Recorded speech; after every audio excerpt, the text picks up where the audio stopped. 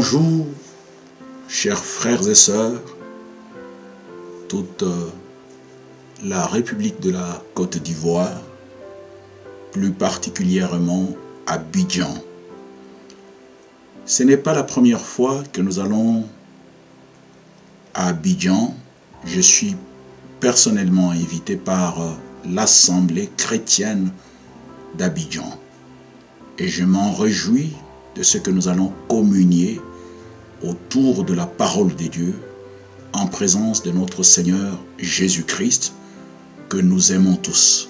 Donc du 3 au 6, nous allons nous retrouver dans cette convention où les frères de l'Assemblée de la Côte d'Ivoire ont pu organiser quelque chose pour que ceux qui n'ont pas encore écouté et ceux qui ont écouté puissent encore continuer à se préparer.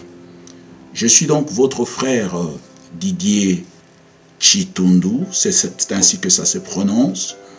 Didier Chitundu, ça s'écrit Situndu, mais c'est Chitundu.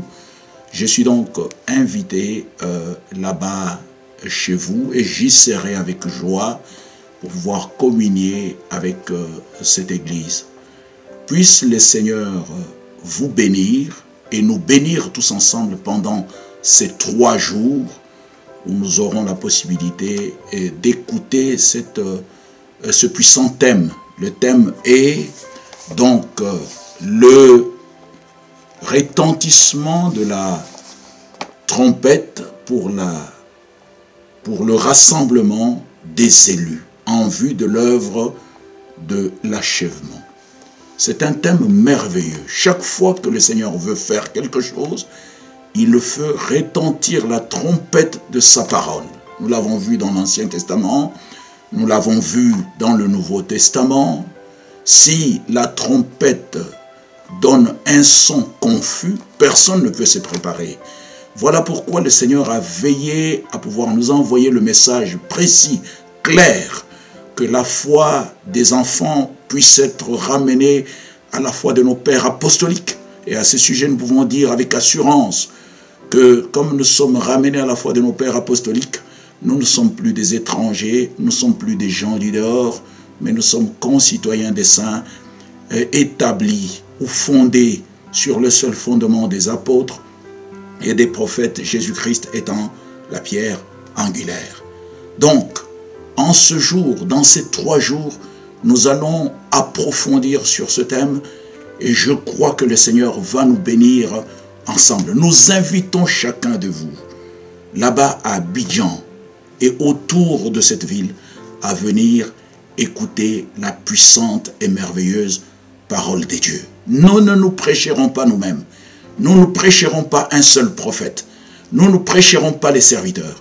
Mais nous allons prêcher le Seigneur Jésus-Christ. C'est lui qui était, qui est et qui sera. C'est lui qui nous a donné les promesses. Et ces promesses pour nous sont oui et amen. Il a dit que vos cœurs ne se troublent point. Je m'en vais vous préparer une place pour que là où je suis, vous y soyez aussi. Nous avons cette assurance qu'il n'a jamais trompé. Notre Dieu ne trompe jamais. Toutes les promesses qu'il a données, depuis le livre de Genèse jusqu'au livre de Malachie, se sont littéralement accomplies.